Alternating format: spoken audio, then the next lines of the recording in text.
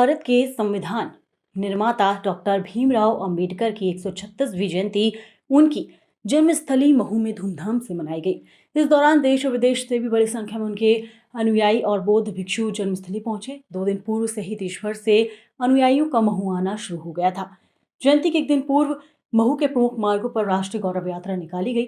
उक्त गौरव यात्रा में बौद्ध भिक्षुओं ने पंचशील ध्वज अपने हाथों में थाम रखे थे। जय भीम के जयघोष से महू शहर गूंज उठा।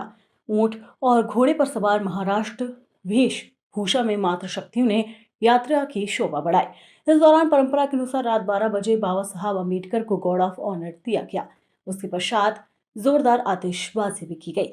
जयंती वाले दिन प्रदेश के मुख्यमंत्री डॉक्टर मोहन यादव लगभग 11:30 बजे अम्बेडकर जन्मस्थली पहुंचे।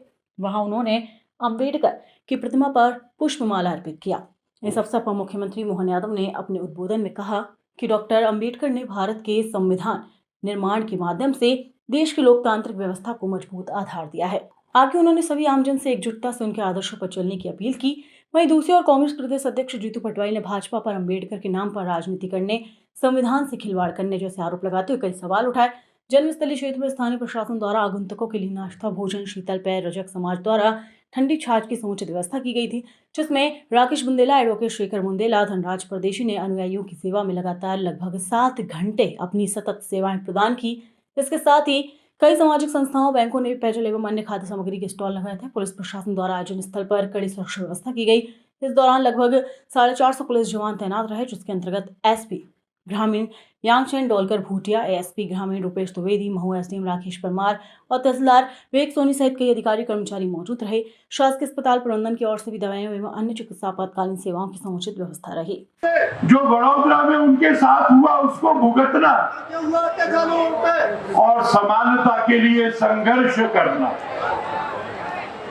जब भारतीय संविधान लिखा गया, उसके लिखने के पूर्व प्रधानमंत्री नेहरू गांधी जी के पास गए। आज के इस दौर में जब हम आपसे बात कर रहे हैं तो अम्बेडकर जी के लिए गए निर्णय और उनके योगदान को भी स्मरण करने के लिए माताओं बहनों को भी स्मरण करेंगे।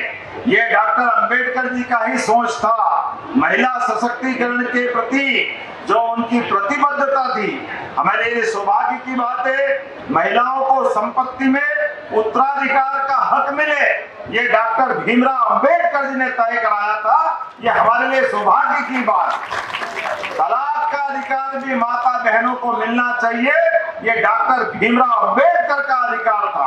माता बहनों के अधिकार के साथ बाबा साहब का 2 तरह से नारा बोले, मराठी में भी बोलो और हिंदी में भी बोलो। तो पहले मराठी में बोलेंगे, डॉक्टर बाबा साहब अम्बेडकरांचा, डॉक्टर भीमराव अंबेडकर अमर रहे। जय जय जय जय जय भीम।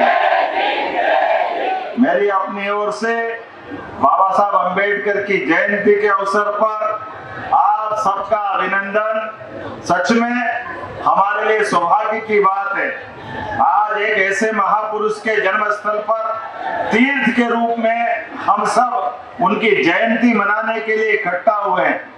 और 135वीं जयंती